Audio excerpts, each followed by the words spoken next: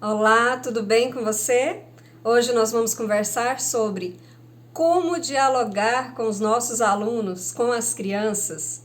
Eu sou pedagoga e eu quero compartilhar com você um pouquinho da minha experiência no sentido de como ter êxito, gerar conexão com as crianças nesse processo, de ensino e aprendizagem. A gente sabe que tem acontecido mudanças na área, da tecnologia de uma forma muito avançada, novas práticas de interação, novas formas, de se divertir, enfim, isso tudo afeta as crianças de uma maneira muito particular.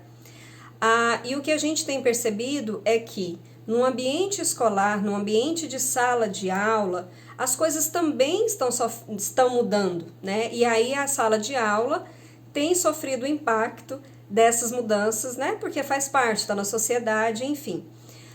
Dentro da sala de aula, em muitas instâncias a gente já tem percebido pessoas que conseguem fazer essa transição de uma forma muito tranquila, conseguem levar com leveza, e cria realmente conexão com as crianças. Outras pessoas, no entanto, ainda estão muito assim fixa na questão da hierarquia. E aí essa é uma palavrinha-chave aqui para a gente pensar. Na escola, durante muito tempo, tinha aquela questão de que manda, o professor, a direção, são pessoas assim que estão em cargos, de gestão, enfim, que são pessoas que estão no nível acima. Eu até comentei isso num vídeo sobre o diálogo com crianças, mas daí foi no contexto mais amplo. Então a gente tem muito isso. Por exemplo, se uma criança questionasse em sala de aula a prática pedagógica do professor, isso era tido como insulto, como um desafio, Há um tempo mais atrás aí, fazer uma pergunta numa aula era sinônimo de, que a criança era sem noção, não sabia, enfim. E sofria bullying até pelos colegas, que tipo, que pergunta que foi aquela, Sempre tem aquele que pergunta mais e tal, e aí os colegas fazem bullying com ele, enfim. Isso tudo faz parte de um contexto e de uma cultura em que a gente não normaliza o diálogo. Entende? Então, nesse caso, na escola o professor fala, o professor ensina e a criança vai lá para aprender, Então, quanto mais silenciosa a sala de aula, melhor, porque daí o professor vai conseguir passar todo o conteúdo que ele tem para passar e a criança vai aprender o que precisa aprender. Hoje, nós sabemos que isso não funciona mais. Não tem como. Nós falamos o tempo todo que nós queremos formar pessoas críticas, pessoas participativas, desenvolver a autonomia da criança. E para a gente fazer isso, não tem outra forma, é praticando. Então eu preciso, enquanto educadora, eu preciso criar um espaço que acolha o diálogo, que acolha a participação, que acolha o debate, a crítica. E isso, inclusive, é o meu trabalho. Como que está chegando aí para você, meu aluno, a criança que eu estou ensinando, como que está chegando para você a forma como eu estou trabalhando? E aí eu sei que algumas pessoas já deram aquele pulinho aí na cadeira, porque é muito estranho isso, Não é algo que é normal.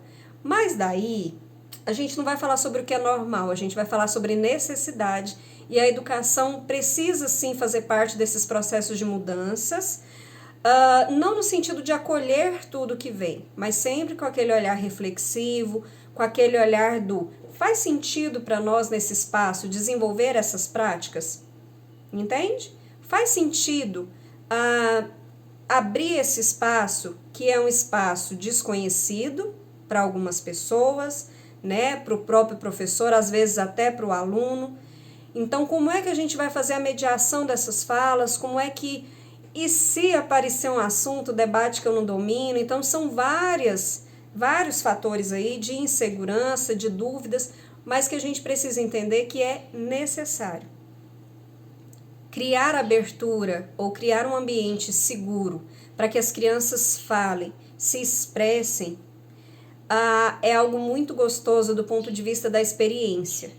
Será que dá certo? Eu sempre falo, que nós, enquanto professores, professora, nós somos cientistas. E aí é no sentido mesmo desse questionar. né? A gente questiona o que nós fazemos, a gente questiona, na verdade a gente sempre precisa questionar e colocar ali em dúvida tudo aquilo que a gente está fazendo, né? No sentido de pensar, tá bacana, tá dando certo, tá chegando. Então nós sempre fazemos esse movimento de fazer, né? Praticar, refletir e aí depois traçar metas.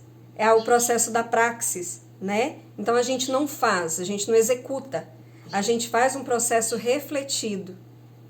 A base, claro, aí da teoria, né? Pensando sempre nessa interação.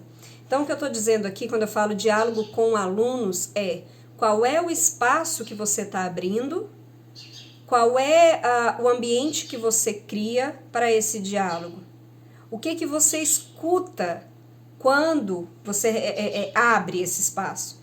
Então, e esse só é o primeiro vídeo, né, sobre isso também, quero explorar bastante, tem muitos elementos para a gente discutir.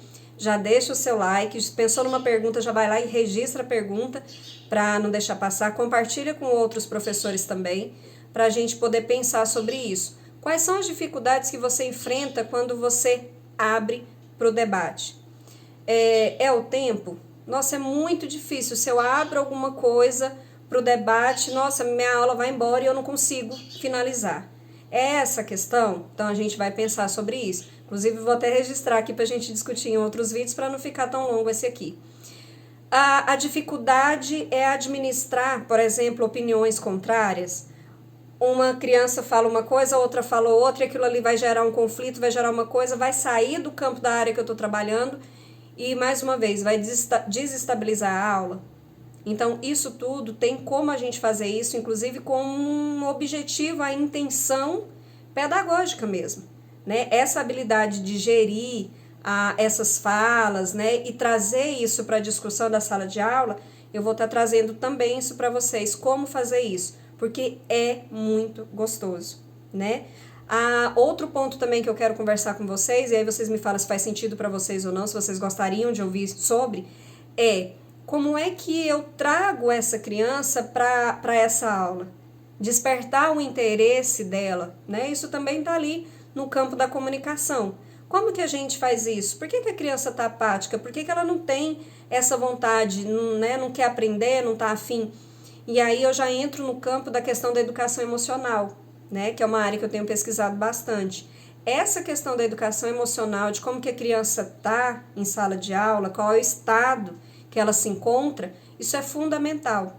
Então daí vocês viram que eu trouxe algumas perspectivas, né? E já discutindo também essa questão do diálogo com os alunos. Primeira coisa, então, é verificar essa questão da hierarquia, né? E de todos esses elementos que eu trouxe para vocês. Bom, eu acho que eu gerei mais dúvidas do que, né, respondi alguma coisa. Então, só dizendo que esse é o primeiro vídeo. Se você gostou, já deixa o like, compartilha e a gente se encontra aí no próximo vídeo. Um abraço!